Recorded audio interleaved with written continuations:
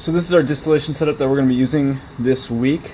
I've got my 10 milliliter round bottom flask hooked up to my distillation apparatus. I've got my condenser with the openings for the water going up. That'll keep the hoses away from our hot plate. I've got my thermometer into my distillation apparatus, and I definitely want to have that bulb below the level of our shoulder there. I've used the attachment here that was optional last time, and I've attached my 25 milliliter round bottom flask, and I've got a beaker ready to fill with ice to cool that flask. And I want to do that just to ensure that I get good condensation of my product coming down into my round bottom flask. I've also used a wooden block to lift up my hot plate a little bit. That way this is much more convenient to get that beaker underneath in order to cool my collection flask. I'm going to go ahead and transfer my crude product into my round bottom flask, and I'm just going to decant it. Basically, I'm just going to pour it in, trying to leave behind as much of or all of the solid drying agent as I can.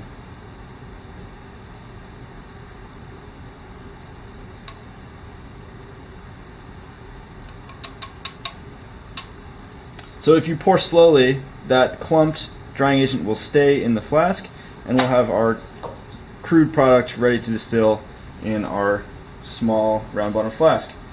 The last thing I'm going to add is our boiling stones. I've got 3 boiling stones right there, and I'm going to hook this up to my distillation apparatus. I'm going to turn my hot plate up to, I'm going to start at about 200 degrees once I plug it in. Okay, so it's been about 10 minutes at 225 on the hot plate, and my thermometer, the temperature's gone up to about 35, and I can see a little bit of condensation happening in my round bottom flask, but I'm going to go ahead and turn my hot plate up to about 300, maybe 320, to get this going a little bit faster. On my thermometer, I'm now reading a temperature of 115 degrees, and I can see lots of condensation occurring up here. So it's been about 25 minutes since I started heating, and I'm getting a nice slow drip. So only a few more minutes have passed, and all of my crude material has distilled out, so this is a good time to stop the distillation. And so here we can see all of the pure product that I've distilled over. The last thing we need to do is get a yield for how much of our pure product we obtained. So the easiest thing to do is to pre-weigh your collection flask before you start the distillation. Then once you've collected your product, you can just weigh it and find the difference to figure out how much product you collected. I forgot to do that, so I'm going to pre-weigh mine, 25.44. I'm going to dump out my product, and then I'm going to re-weigh the flask. Again, the difference between my first number and my second number, 22.8, that's going to tell me what my yield for my pure product was. The easiest way to clean up is to basically just take everything apart in your hood and collect all of your rinses in your hood into one beaker.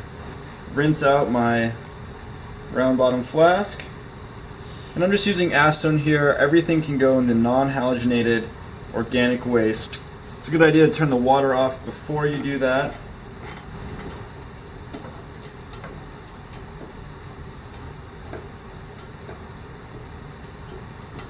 For your flask that has sodium sulfate, you can rinse that with a little bit of acetone as well. And then to get rid of the rest of this, you can really just use water. Now I've got one beaker with all of my washings, and I can take this over to the non-halogenated organic waste.